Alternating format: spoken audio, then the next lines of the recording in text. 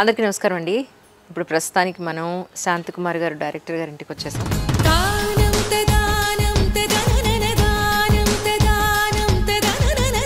Nandi awards committee ఎవరైతే ఉన్నారో వాళ్ళు ఒక TV9 ఇంటర్వ్యూలో చెప్తూ ఆత్రేయ సినిమా చూడండి ఎంత గొప్ప సినిమా, సినిమా వాళ్ళ ఉండి నేను చూస్తూ మాకు కన్నీళ్ళు తెప్పించిన సినిమా అది, అంత గొప్ప సినిమా అని.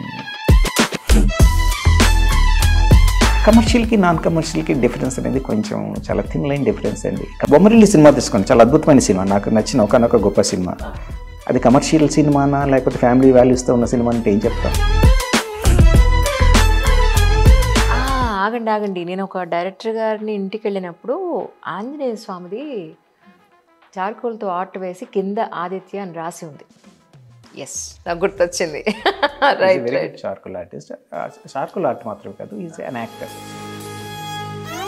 Please support the arts. We make it for ourselves as well as everybody else. And మా stories, my experiences మేము షేర్ చేసుకుంటున్నాం through our art.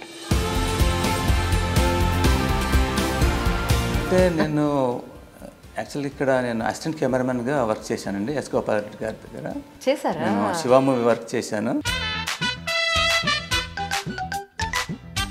నిజ జీవితంలో నిజానికి ఒక లైఫ్ పార్ట్నర్ అమ్మాయి అయినా సరే అబ్బాయి అయినా సరే ఏ పాయింట్స్ ఇంపార్టెంట్గా మనం ఆలోచించాల్సింది ఉందంటారు మీ ఉద్దేశ ప్రకారం?